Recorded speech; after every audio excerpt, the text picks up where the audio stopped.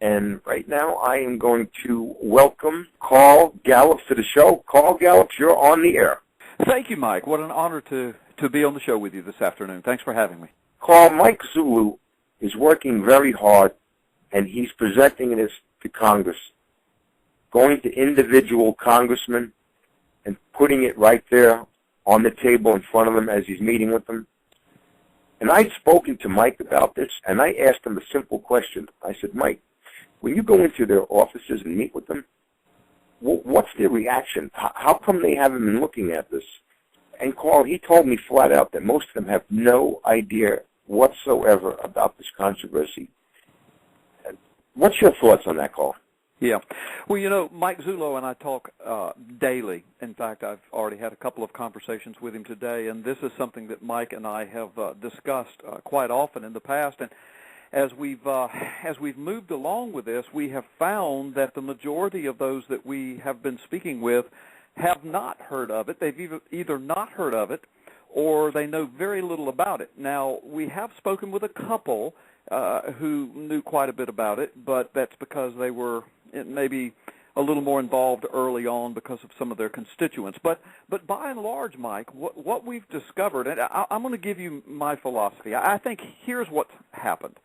I've been to Washington, D.C. I've been in the Capitol building. I've been there in front of the White House, and I've been at CPAC, and I see the hoopla and the grandiose nature of everything, and I know those congressmen, Mike, when they're there in session, it may not be hard manual work, but it's hours and hours of having your brain sucked out, and everybody has an agenda, and everybody wants your time, and everybody wants a piece of you. And I know the congressman's day starts very early, and then it usually ends very late, and that doesn't mean they're sitting at a desk grinding away. Often they're at parties and meet and greets, but that's work too, because I mean they're there, they've been invited, they're expected to be there. Again, people are pulling on them, people are sucking their brains out, and so I imagine what happens is that, you know, the media and Obama's operatives have done a good job of shutting down the mainstream media reporting on this. Plus, a lot of the mainstream media is just in the tank for Obama, so they're glad to comply. So one of these typical congressmen, and you know there are hundreds and hundreds of them, Mike, but they put in a 12, 14, 16-hour day. They go home.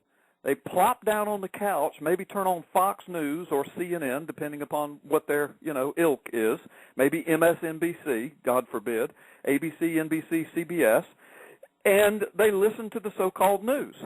And if they don't hear anything about the birth certificate fraud or the Obama fraud case, which they won't, then they don't know anything about it. And if they do hear anything, it's usually some kind of tinfoil hat, birther, conspiracy theory, nut jobs, wing nuts. And so that's their impression of it. In the meantime, they go back to Capitol Hill and they're dealing with wars and rumors of wars and scandals and when it gets mentioned to them, I think the majority of them either just don't know or they've tucked it away in the back of their mind a long time ago thinking, well, that's just some nut jobs out there. I mean, after all, the guy's been in 2 elections. He's won the election. Surely somebody, I mean, he's been a senator. Surely somebody would know. And I think that's what's happened, Mike. But now, as I have immersed myself in this for the last 5 or 6 years, and as you have, and now that Mike ZULLO has done it at the criminal investigative level, what we know is that this is real. It's not a conspiracy theory. It's moved to a conspiracy crime. I mean, a conspiracy was committed, was formulated to commit a crime, a fraud, and that has been done. And so when we take the information and we place it in front of congressmen, we sit down in their offices at a desk with them and their chiefs of staff usually, and they see what we have, you should watch their jaws hit the table. I mean, think of it, Mike. Mike ZULLO was at the Constitutional Sheriffs and Peace Officers Association annual conference in St. Charles, Missouri some weeks back, and here is a room full of sheriffs and chiefs of police and attorneys general, not attorneys general, but state attorneys and attorneys and a constitutional attorney and elected officials. Most of them had not heard of it for the same reasons. And I think that Obama and his minions learned a long time ago, if you can pretty much just shut down the mainstream media and then marginalize and lampoon everybody on the Internet, you can pretty much keep the important people out of the loop. And I think that's what has happened. But I'm telling you, Mike Zullo, Sheriff Arpaio, myself, and others, we have made more progress in the last 3 or 4 months than we have in the last 5 years. And it's moving along quickly and nicely. I know that a lot of people are very concerned because to the average guy sitting out there watching this, it seems like it's taking forever. But we're pretty excited about how quickly it really is moving. I mean, just a few days ago or a week or so ago, I've lost track of time, so if I'm off by a day or two, please forgive me. I'm not trying to purposely mislead your audience, but a week or so ago, Mike Zullo was called back to Washington, D.C. by another congressman, and he went back and met with this congressman, very influential congressman, went into their office, sat down with them and their chief of staff, presented everything, and now they're very concerned, and they're going to talk to other congressmen. So things are happening. In the meantime, just in the past couple of days, Zullo is continually being called and solicited by very powerful, influential, important people around the nation who are beginning to hear about it. So it's been a long, hard road, Mike. It's taken a lot of work and effort, but I think some people who can get something done are finally waking up to it. Now, that I can't promise your audience that something big will be done, but I can promise you that we're working towards the end of a congressional investigation at least, and we have people who are promising us they're working with us, and that's where we are right now. Well, thank you, Carl. That pretty much sums it up, and that does make a lot of sense what you're saying. And that's why, Carl, this week we are going to focus on grassroots operations. We are encouraging everybody. We're putting together what's called the Sheriff's Kit. I've spoken to Mike about this, Mike Zullo. It's going to be all the Sheriff Joe's conferences, including the last one that Mike just attended in Missouri, the Constitutional Sheriff's Conference, all available in DVD. We could mail them out to you. We're going to have the affidavit that Mike has filed with the Alabama Supreme Court.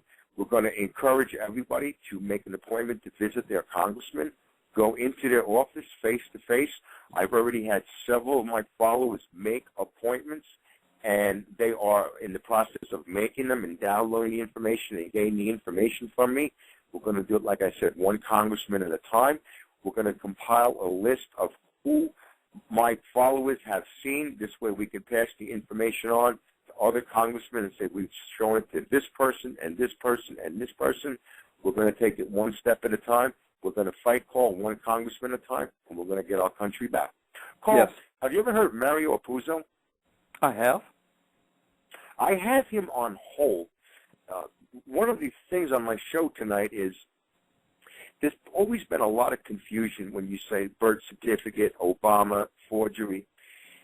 There's been two fronts. There's been the natural citizens clause, meaning you have to be an American citizen, born on American soil, and there's a whole controversy in that. And Mario, from the beginning, has fought that very hardly. And he's going to come on the air. We're going to focus on that half tonight. We're actually going to flip the coin and look at that because there's just so much confusion. There's no doubt that the document is forged that the White House presented with the birth certificate. But Mario's been fighting the other end, whether Obama is actually eligible under our Constitution. Right. Yeah. Well, do you have a couple of minutes, Carl? Yes, I do. And let me just say, Mario may not remember this. I'm not so vain to think he would remember being on my show, but I have actually interviewed him before. It's been years ago, I think back in the beginning of all of this, and he was on my show, and I interviewed him. And I'm familiar with him and his work and deeply appreciative of it. I am not an attorney, nor do I claim to be, nor do I try to play one on television. But I have, of course, immersed myself in investigating this concern of natural-born citizen status. And you know, that's an interesting point raised, Mike, because even if the birth certificate proves to be not a forgery, and I don't know at this point how that could happen, but you know, it could be. And by the way, let me say to your audience, Mike Zullo and Sheriff Arpaio and I, we're always ready to step away from this if we are presented with 100% verifiable evidence that the birth certificate is legitimate, because we're not out to crucify a politician. We're out for truth and to protect our Constitution. So, but let me just say, if the birth certificate hypothetically were proven to be 100% viable, then there still is the matter of, but even so, is he a natural-born citizen?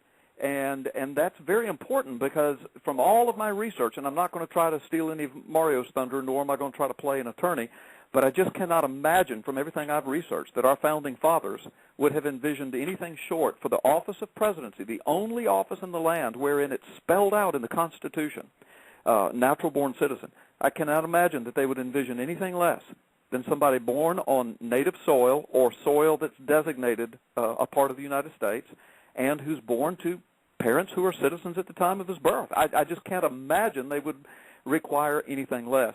But you know, one more thing I'm going to say, Mike, before my time is up.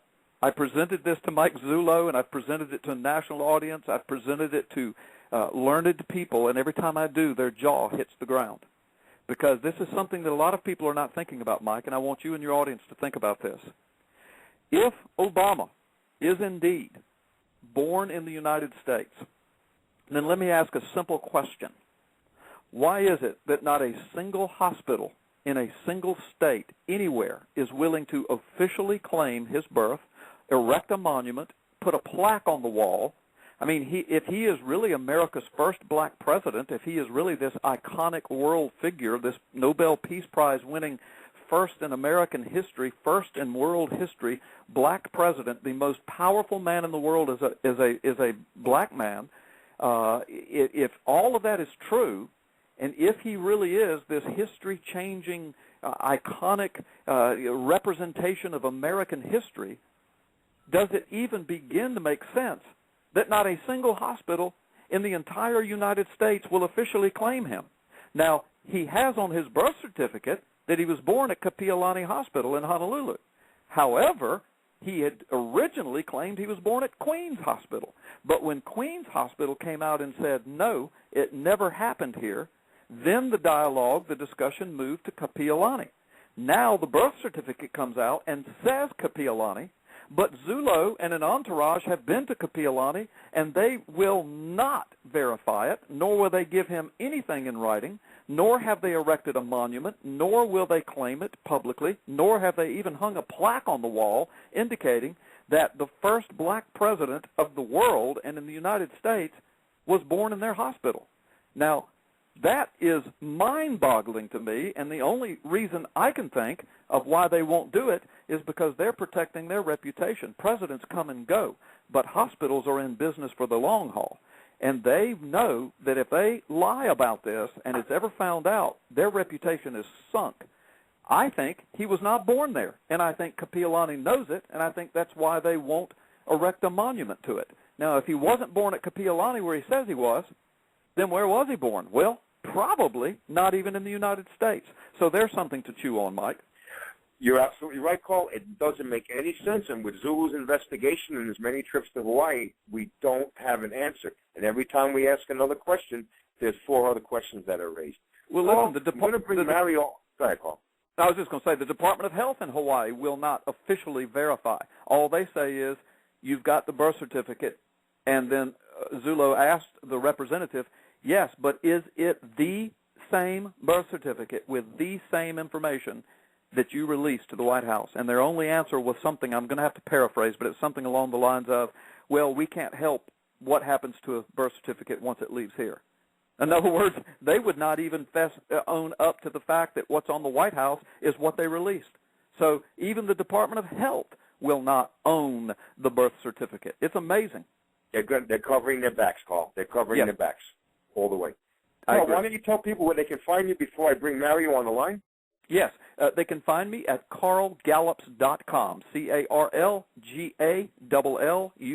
carlgallups.com. Everything about me is right there. Thank you very much, Carl, for being on the air tonight. Thank you, Mike, for having me, and I'm going to have to hang up. I've got another important engagement, but give Mario my regards. I think the world of him, and I appreciate what he's doing. Thanks again, Carl. Thank you. God bless you, Mike. That was Carl Gallups, and you can also find Carl on Freedom Fridays every Friday from 4 to 6 Central Time.